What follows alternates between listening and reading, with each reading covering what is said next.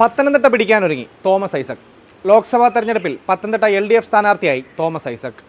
കേരളത്തിലെ മുൻ ധനകാര്യമന്ത്രിയും communist party of India Marxist കേന്ദ്ര കമ്മിറ്റി അംഗവുമാണ് ഡോക്ടർ TM തോമസ് ഐസക്. തോമസ് ഐസക് കൂടി സ്ഥാനാർത്ഥിത്വം ഉറപ്പിക്കുന്നതോടെ പത്തനംതിട്ടയിലെ ലോക്സഭാ തെരഞ്ഞെടുപ്പ് ചിത്രം വ്യക്തമാകുന്നു.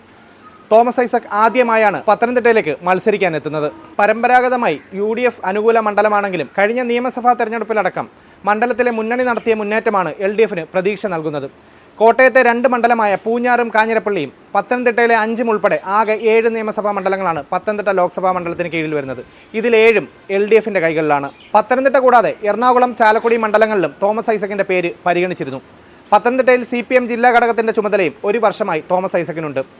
UDFിൽ നിന്നും ഇത്തവണയും ആൻ്റണി തന്നെയായിരിക്കും മത്സര രംഗത്തെത്തുക. കഴിഞ്ഞ 3 തവണയായി പത്തനംതിട്ടയിൽ നിന്നും വിജയിച്ച ആൻ്റണി തുടർച്ചയായി 4ാം തവണയാണ് ലോക്സഭയിലേക്ക് ജനവിധി തേടുന്നത്. ആൻ്റണിയുടെ സ്ഥാനാർത്ഥത്തെ ചൊല്ലി കോൺഗ്രസിൽ അഭിപ്രായ വ്യത്യാസമുണ്ടായിരുന്നു. BJP സ്ഥാനാർത്ഥിയായി PC ജോർജും മകൻ ഷോൺ ജോർജും സജീവമായി പരിഗണനയിലുണ്ട്.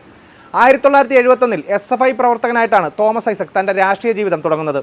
1973-74 കാലഘട്ടങ്ങളിൽ അദ്ദേഹം എറണാകുളം മഹാരാജാസ് കോളേജിലെ യൂണിയൻ ഭാരവാഹിയായി തിരഞ്ഞെടുക്കപ്പെട്ടു. 1974 തൊട്ട് 1980 വരെ SFIയുടെ എറണാകുളം ജില്ലാ പ്രസിഡന്റായി പ്രവർത്തിച്ചിട്ടുണ്ട്. ഈ കാലയളവിൽ തന്നെ 1979-ൽ SFI സ്റ്റേറ്റ് കമ്മിറ്റിയുടെ പ്രസിഡന്റുമായി. 1991 മുതൽ CPIMന്റെ സംസ്ഥാന കമ്മിറ്റി അംഗമാണ് തോമസ് ഐസക്. 2001-ൽ കേരള നിയമസഭയിലേക്ക് നടന്ന തിരഞ്ഞെടുപ്പിൽ ആലപ്പുഴ ജില്ലയിലെ മാരാരിക്കുളത്ത് നിന്ന് CPIM സ്ഥാനാർത്ഥിയായി ജയിക്കുകയും 2001 മുതൽ 2006 വരെയുള്ള കാലയളവിൽ CPMന്റെ പാർലമെന്ററി പാർട്ടി സെക്രട്ടറിയായി പ്രവർത്തിക്കുകയും ചെയ്തിരുന്നു.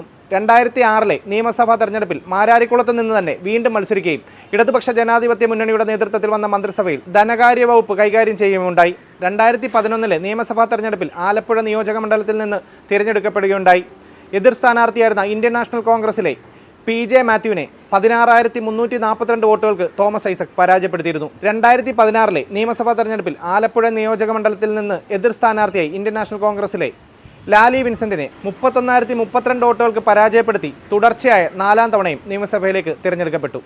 ഇടതുപക്ഷ ജനാധിപത്യ മുന്നണിയുടെ നേതൃത്വത്തിൽ നിലവിൽ വന്ന സർക്കാരിൽ ധനകാര്യം, കയർ വകുപ്പുകളുടെ ചുമതലയുള്ള മന്ത്രിയായിരുന്നു തോമസ് ഐസക്. എന്തായാലും ഒരു കാര്യം വ്യക്തമാണ്, തോമസ് ഐസക്കിന്റെ ഈ വരവ് കോൺഗ്രസ് BJP പാളയങ്ങളിൽ പ്രവർത്തകരുടെയും നേതാക്കളുടെയും ഉറക്കം ഇതിനോടകം കെടുത്തിയിരിക്കുകയാണ്.